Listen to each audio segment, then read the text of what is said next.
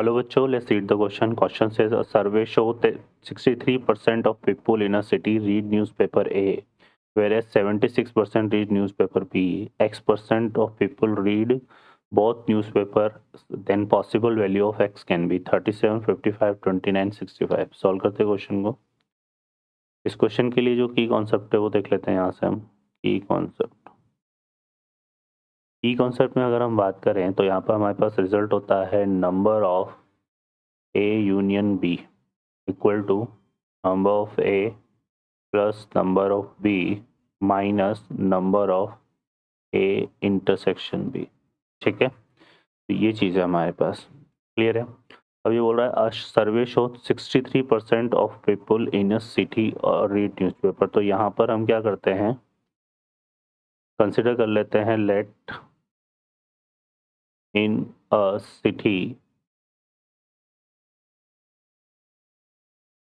City number of people, है ना, number of peoples, है ना, पीपल्स, नंबर ऑफ पीपल को मैंने पी ले लिया, तो ये हमने क्या ले लिया, 100 ले लिया. ठीक है, अब ये 100 हमने ले लिया. ठीक है, तो इसमें बोला 63% न्यूज़पेपर ए. तो न्यूज़पेपर ए को, है ना, तो यहाँ पर जो न्यूज़पेपर ए है, न्यूज़पेपर ए, है ना, इन ये जो है ना रीड न्यूज़पेपर है, पीपल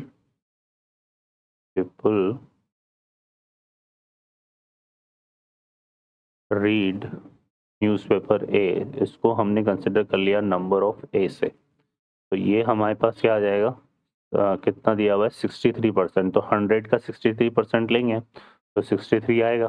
ठीक है, ऐसे यहाँ पर हमने क्या ले लिया, people read newspaper B, newspaper B. तो ये हमारे पास कैसे रिप्रेजेंट करें, नंबर ऑफ बी से. और ये कितना का है हमारे पास 76%. तो ये हमने 76 ले लिया. ठीक है, अब ये कह रहा है X% पीपल बहुत रीड न्यूज़पेपर है और न्यूज़पेपर बी. तो इसका मतलब क्या हो गया, number of A intersection B. ये हमें दिया हुआ है 100 का X% निकालेंगे तो ये आ जाएगा हमारे पास X%, मतलब X ले लिया. ठीक है ना, क्लियर है. तो ये हमारे पास क्या आएगा, इसको अगर हम निकालें ना यहाँ पर 63%, तो ये 100 के रिगार्डिंग कर रहे हैं हम यहाँ पे, है ना. तो ये आ जाएगा हमारे पास X से ले लेते हैं इसको. ठीक है, तो यहाँ पर अगर हम देखें तो ये कह रहा है possible value of X can be, है ना.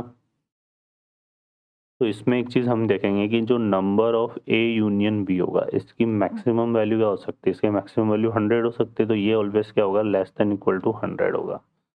ठीक है, अब ये लेस देन इक्वल टू 100 है, तो इसको हम इस फॉर्मूले से देखें तो क्या लिख सकते हैं, number of A plus number of B minus number of A intersection B.